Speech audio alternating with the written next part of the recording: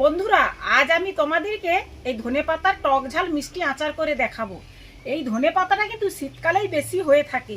এই ধনেপাতাটার দাম এই সময় খুব কম। সারা বছর হয়তো ধনেপাতা পাওয়া যায়, তখন কিন্তু প্রচুর দাম।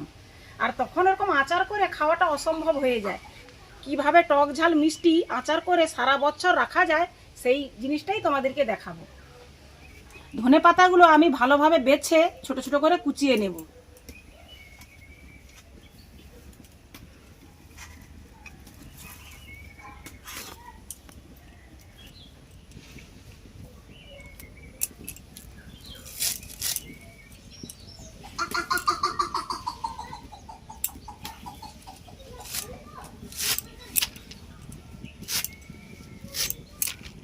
ধনে পাতাগুলো আমার কুচানো হয়ে গেছে, আমি এগুলোকে ভালো করে ধুয়ে বেটে নেব।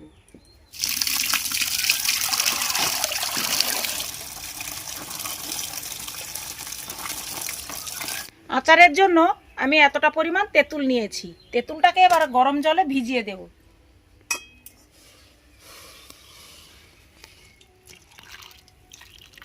গরম জলে ভেজালে কি হয়, এর তেঁতুলের কাতটা ভালোভাবে বেরায়।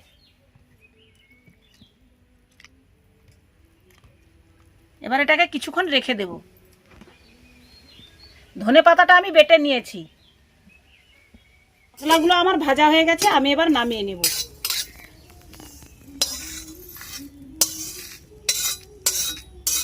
মশলাগুলো ঠান্ডা হয়ে গেছে, আমি এবার গুঁড়িয়ে নেব।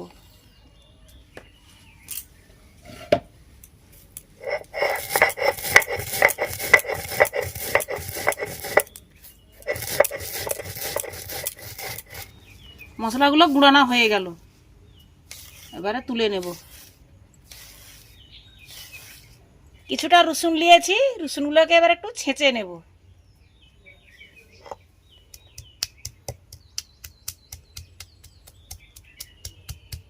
আর একটু আদা লাগছে, আদাটাকে আমি গ্রেট করে রেখেছি। আচারের জন্য আমি কিছুটা সরষের তেল নিয়েছি। সরষের তেলটা একটু বেশি পরিমাণেই দিতে হবে। এবারে দুটো শুকনো লঙ্কা আর একটু সাদা সরষে, রাই সরষে ফোড়ন। এবারে দিয়ে দেবো আদা।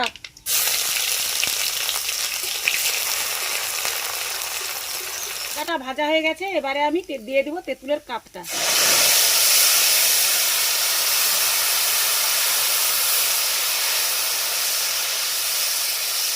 তেঁতুলের জলটা মরে গেছে, এইবারে আমি এর মধ্যে দিয়ে দিব ধনেপাতা বাটা।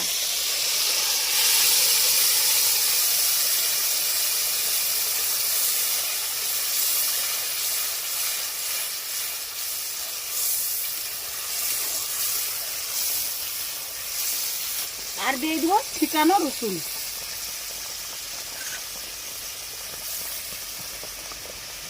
পরিমাণ মতো লবণ, হলুদ গুঁড়ো আর পরিমাণ মতো চিনি।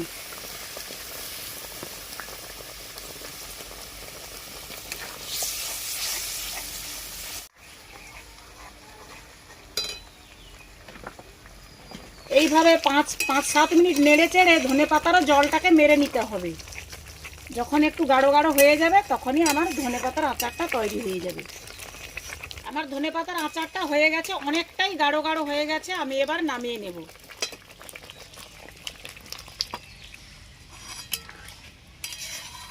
এইবার এর মধ্যে আরও কিছু মশলা দেব। দিয়ে দেবো একটু লেবুর রস, একটা লেবুর রস দিলেই হবে। দিয়ে দেবো কিছুটা পরিমাণ, অল্পই দেব, ভিনিগারের জল দেব 2 চামচের মতো। এটা দিলে কি হয়, সারা বছর ভালো থাকে, আচারটা নষ্ট হয় না। এবারে এর মধ্যে দিয়ে দিব ভাজা গুঁড়ো মশলা।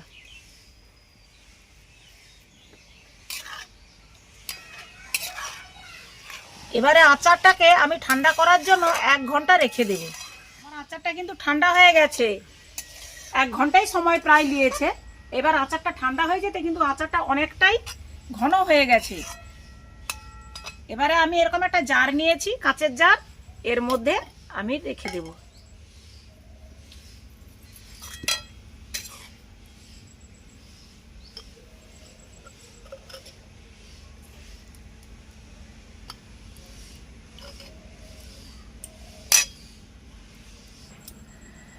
তো বন্ধুরা, আমার ধনেপাতার আচারটা কমপ্লিট হয়ে গেছে। আর ধনেপাতার আচারটা আমার 1 জার হয়েছে, দেখছো তোমরা বেশ সাইডে সাইডে তেল ভাসছে।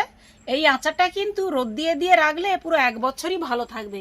আর রোদে দিলে এই আচারটার আরো কালারটা তখন সুন্দর হবে। এই আচারটা কিন্তু তোমরা বাড়িতে অবশ্যই বানিয়ে খাবে, খুব ভালো লাগবে।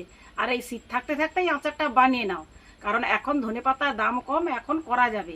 পরে পরে মন চাইলে কিন্তু আর করতে পারবে না। তো আমার আচারটা তো হয়ে গেছে। আচারটা দেখে আমার কিন্তু একটু মন লকপক করছে, আর জিভে একটু লোভও আছে যে একটু খাবো। আচার দেখলে স্বাভাবিক সবারই হয়, তো আমারও হয়েছে। আমি একটু কিন্তু আচার খেয়ে নিচ্ছি।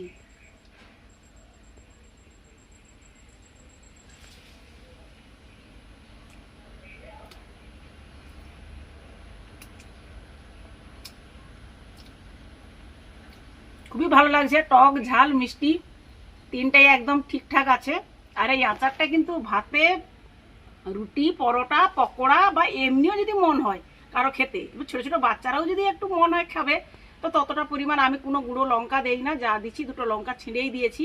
এগুলো বাচ্চারাও খেতে পারবে। এইভাবে তোমরা যদি বাড়িতে বানাও সবাইয়ের ভালো লাগবে। তো তোমরা অবশ্যই বানাবে। তো আমি আবারও আসছি পরের একটি মজাদার ভিডিও নিয়ে।